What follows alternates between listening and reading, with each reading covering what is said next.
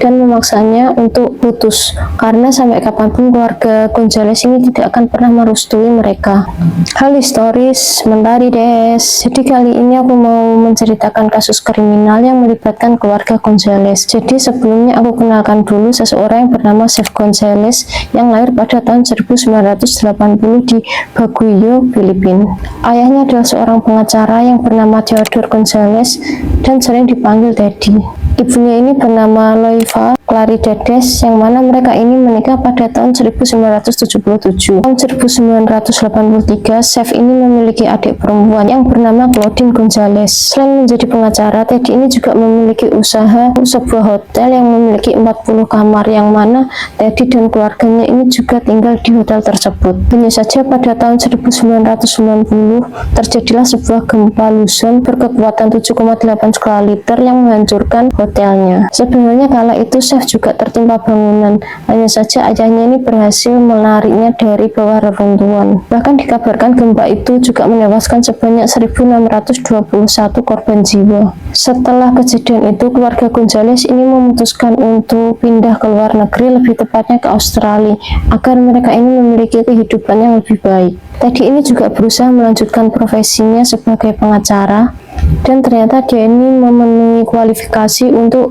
menjadi pengacara di Australia. Dia pun akhirnya mendirikan sebuah firma hukum yang sukses dan mengkhususkan diri untuk menjadi pengacara di bidang imigrasi. Keluarga Gonzales ini juga terkenal sebagai penganut Katolik yang sangat taat di lingkungan tetangganya. Dan Teddy ini juga memiliki harapan yang sangat tinggi kepada anak-anaknya, terutama kepada anak laki-lakinya, yaitu Chef. Dia ini juga berharap kalau Chef ini memiliki prestasi yang gemilang di bidang akademiknya, agar Chef ini bisa menjadi seorang dokter yang hebat, ataupun minimal bisa melanjutkan jejak ayahnya di bidang hukum dan mengambil alih firma keluarga di kemudian hari, meskipun itu harus mengorbankan mimpi Chef untuk menjadi seorang penyanyi, karena Chef ini sangat menyukai musik.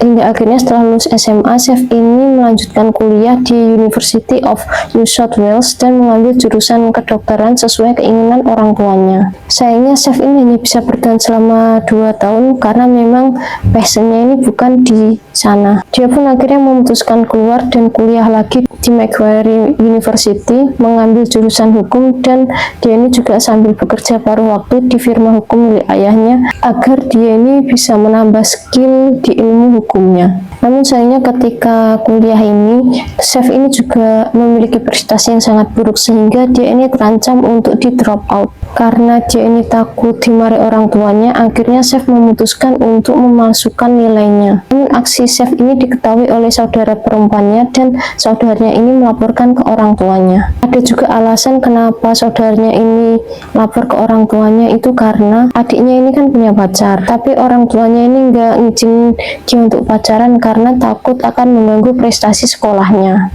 Tapi meskipun udah dilarang, ternyata Claudine ini masih tetap memutuskan untuk pacaran, hingga akhirnya orang tuanya ini memutuskan untuk memindahnya ke luar kota.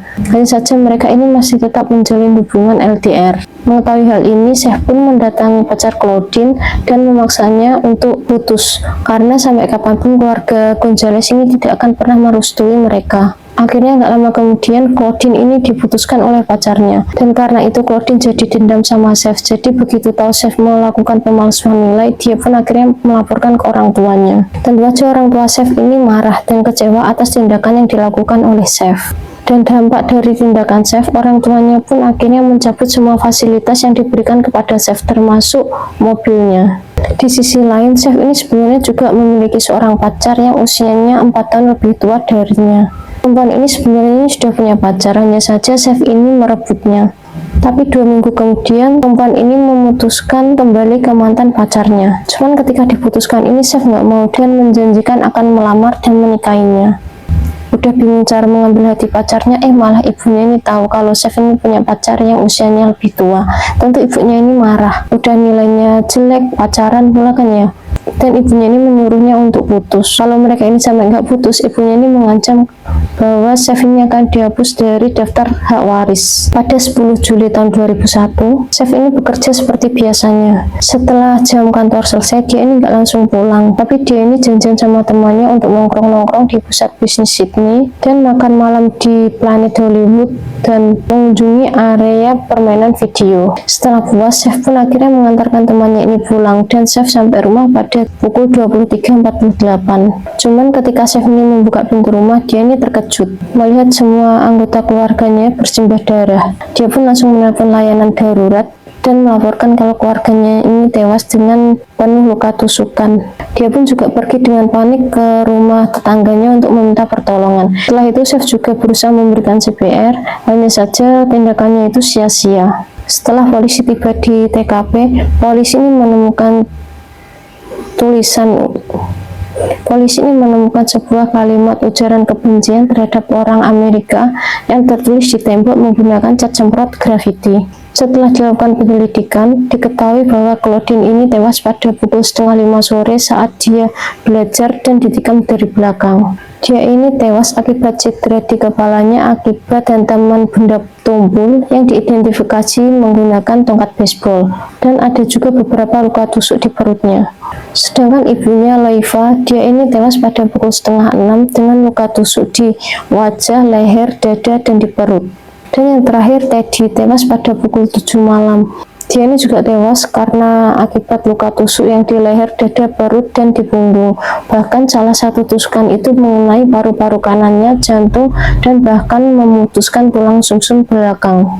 Ada indikasi juga bahwa Teddy ini juga sempat melakukan perlawanan. Hanya saja dia ini kan tangan kosong, akhirnya dia juga kalah. Setelah kematian keluarganya yang masih jadi misteri, Chef ini mengatakan di depan para awak media agar pembunuhnya ini menyerahkan diri, karena dia ini hanya ingin mendapatkan keadilan dan akan memberikan uang sebesar 100.000 dolar Australia. Setelah beberapa hari kematian keluarganya, Chef ini menghubungi akuntan keluarga dan menanyakan berapa banyak warisan yang bisa didapatkannya. Dan diperkirakan orang tuanya ini meninggalkan harta sebanyak 1,5 juta dolar Australia dan 1,2 juta peso mata uang Filipina. Sebagai korban kejahatan, Chef ini juga memenuhi syarat untuk mendapatkan kompensasi sebesar 15.000 dolar Australia. Chef ini kemudian juga pindah ke sebuah apartemen di Catchwood dengan alasan demi keamanan dirinya sendiri, karena pembunuh dari keluarganya ini masih belum ditemukan dan dia ini takut kalau pembunuh itu kembali dan mengincar nyawanya. Chef ini juga memberikan DP untuk sebuah mobil Lexus sebesar 173.000, yang mana dia akan membayar mobil tersebut menggunakan warisan yang didapatkan dari orang tuanya. Chef ini juga dikabarkan menggadaikan perhiasan-perhiasan ibunya dan dia ini juga menjual mobil ibunya. Berdasarkan bukti awal, penyidik kepolisian ini menemukan kalau keluarga ini dibunuh karena perampokan. Cuman ternyata setelah diselidiki lebih lanjut, tidak ada barang-barang berharga yang hilang dan juga tidak ada tanda-tanda pembobolan. Mengingat durasi pembunuhan 2,5 jam, polisi ini ragu kalau pencuri akan tinggal di rumah selama itu.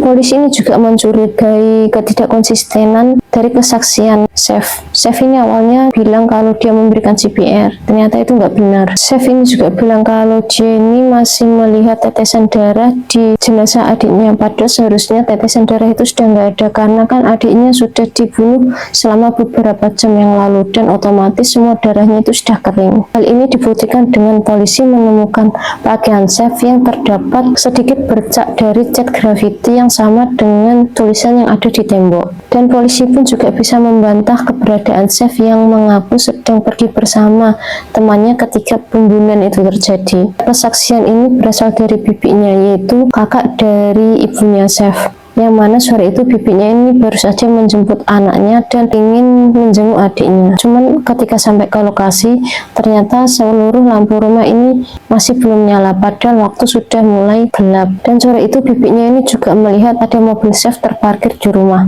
Kesaksian ini juga diperkuat dengan salah satu rekan Teddy, yang mana ketika sore itu dia datang ke rumah Teddy untuk meletakkan surat di kotak surat. Dia juga melihat mobil Chef telah terparkir di garasi. Chef pun akhirnya merubah alibinya lagi.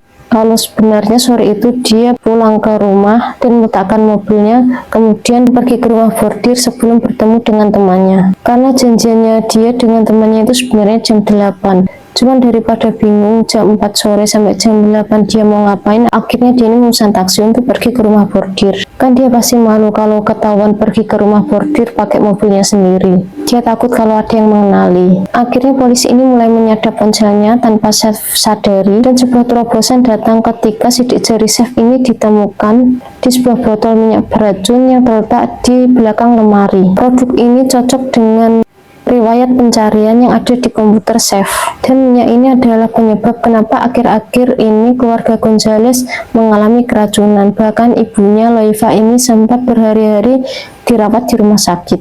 Polisi ini juga berhasil menemukan baju Chef yang terkena percikan cat ketika Chef membuat tulisan di tembok pasca dia menghabisi nyawa keluarganya, yang mana sebelumnya dia ini telah membuang senjata dan sepatunya. Pada Mei 2004, Chef ini dinyatakan bersalah atas 4 dakwaan. Pada 17 September 2004, dia ini dijatuhi 3 hukuman seumur hidup dan tanpa pembebasan bersyarat atas pembunuhan keluarganya. Dia ini juga ditolak jaminan dan ditahan di lembaga pemasyarakatan Silverwater, yang mana selama waktu rentang ini dia ini dilarang untuk mengakses harta keluarganya untuk mendanai pembelaannya, dan dia mencari bantuan hukum untuk persidangan pembunuhan yang berlangsung selama bulan April dan Mei tahun 2004. Motif Chef melakukan pembunuhan itu karena dia takut kalau orang tuanya ini menarik seluruh fasilitasnya dan menghapusnya dari hak warisnya karena dia memiliki nilai akademis yang sangat buruk. Dan di sisi lain dia ini juga ingin menguasai seluruh harta orang tuanya. Itu aja cerita yang bisa aku sampaikan. Semoga kedepannya aku bisa ngasih cerita yang lebih panjang. Kalau kalian punya cerita horor, jangan lupa kirim ke email aku. Jangan lupa klik subscribe dan terima kasih.